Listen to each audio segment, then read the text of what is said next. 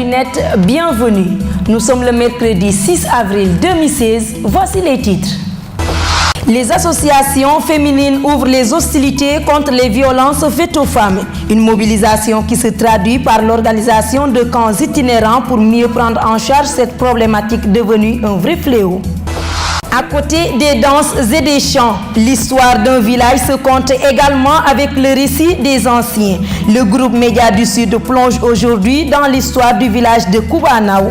Nous y reviendrons dans ce journal avec le vieux Kéban Lamine Sonko. La page internationale ainsi que la revue des titres mettront fin à cette édition.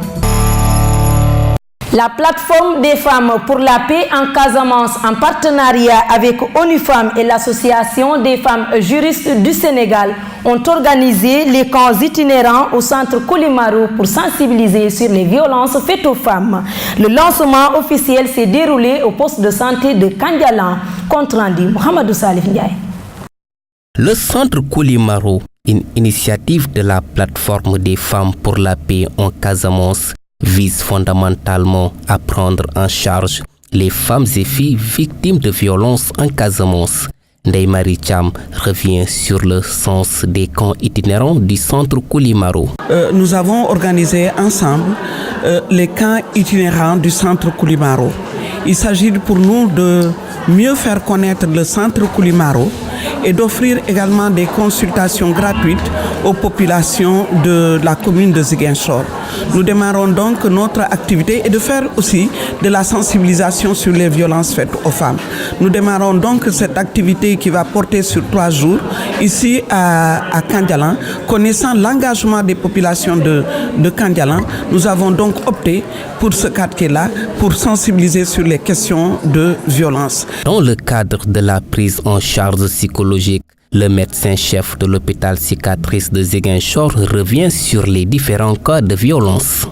Au niveau du centre psychiatrique, on reçoit donc beaucoup de cas de violence et c'est des violences quand même qui peuvent être soit des violences sexuelles et le plus souvent chez les femmes et chez les jeunes filles, très rarement chez les jeunes garçons. On peut aussi recevoir donc des violences qui sont liées d'une manière ou d'une autre au conflit de la Casamance, parce qu'il nous est arrivé récemment donc de recevoir une jeune fille qui a été violentée physiquement et sexuellement à la suite donc d'un braquage sur donc la nationale.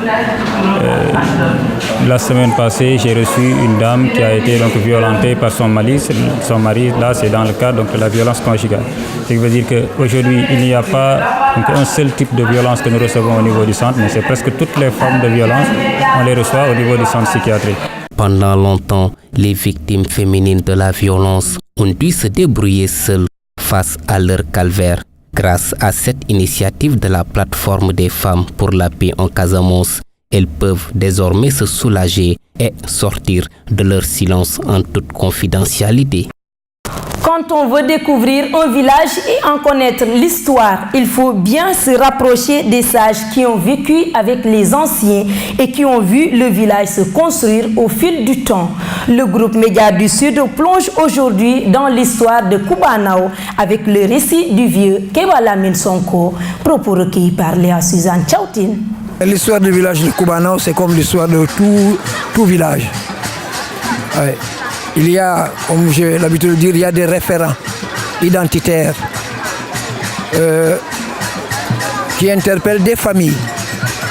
C'est pourquoi souvent c'est difficile de parler de l'histoire d'un village parce qu'il y a plusieurs versions.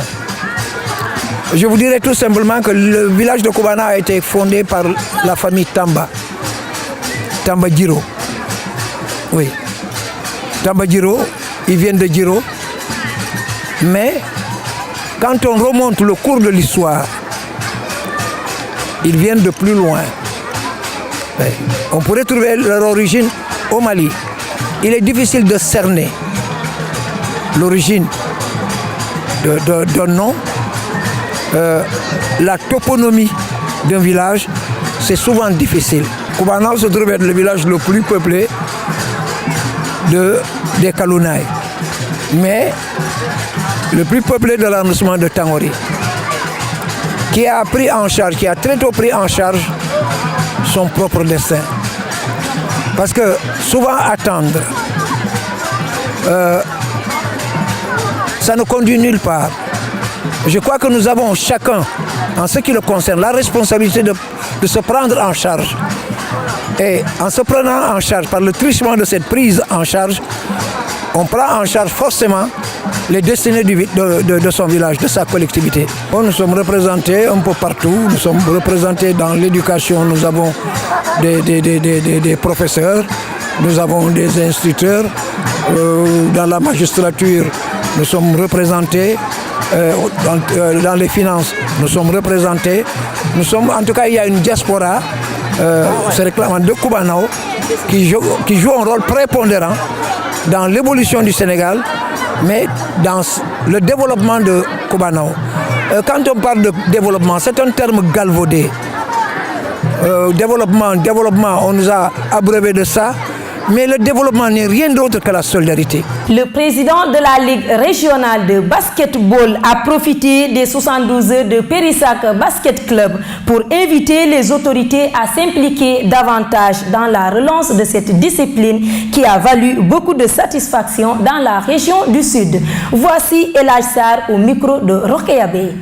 C'est des impressions de satisfaction parce que aujourd'hui, ce genre d'initiative devrait être à la base des initiatives de la Ligue, mais nous avons aujourd'hui aussi à Ziguinchor des centres tels que Périssac qui jouent un rôle extraordinaire dans la formation notamment de la petite catégorie.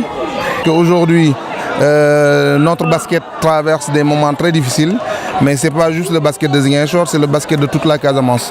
Ça fait plus de 10 ans que nous n'avons plus ne serait-ce qu'un joueur sélectionné ou une joueuse en équipe nationale. Et ça, c'est sur les 3 régions de la Casamance réunies. Donc c'est une situation très déplorable et nous travaillons aujourd'hui à ce que cela change.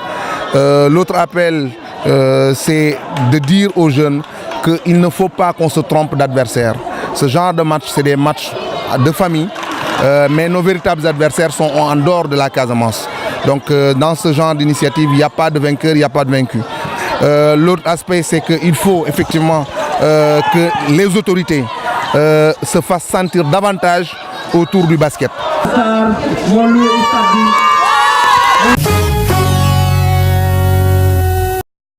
Place à l'actualité internationale.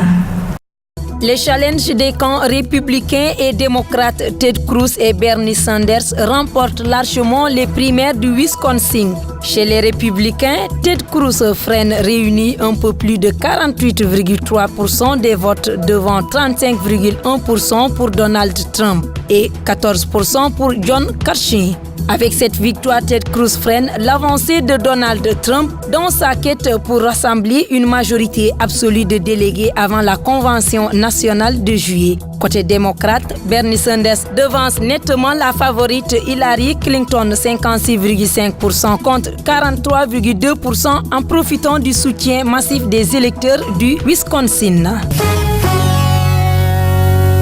Nous terminons par le scandale Panama Papers qui a éclaboussé de nombreuses personnalités politiques dont le président ukrainien Petro Poroshenko. La fuite de documents émanant du cabinet Mossack Fonseca montre qu'il a ouvert en août 2014 une société offshore aux îles Vierges britanniques. En déplacement à Tokyo, Petro Poroshenko a nié toute fraude fiscale. Comme pour convaincre sa sincérité, le président ukrainien a même annoncé de nouvelles mesures pour lutter contre l'évasion fiscale. La création d'une société offshore avait initialement pour but la vente de l'entreprise Confiserie Rochen que Petro Poroshenko avait promis de céder une fois élu président. Près de 2 ans après son arrivée au pouvoir, il est toujours le propriétaire. Nous accueillons Moussou Diédiou, c'est pour la revue des titres. Bonjour à tous et merci de nous rester fidèles pour la revue des titres de ce mercredi 6 avril 2016. Sud Quotidien titre à sa une. Affaire des produits phytosanitaires, Aïda Diong gagne et perd. Et nous par Fadel Dia, si gîte la solidarité humaine. Sédhiou, drame à Bloc Village, Maman Cissé bat à mort sa fille. Sédhiou, évaluation du scrutin référendaire dominé par le non. Macky Sall invité à tirer les bonnes leçons. Abdoulaye Daouda Diallo sur le transfert des 2 ex-détenus de Guantanamo. Ces gens ne sont pas des djihadistes.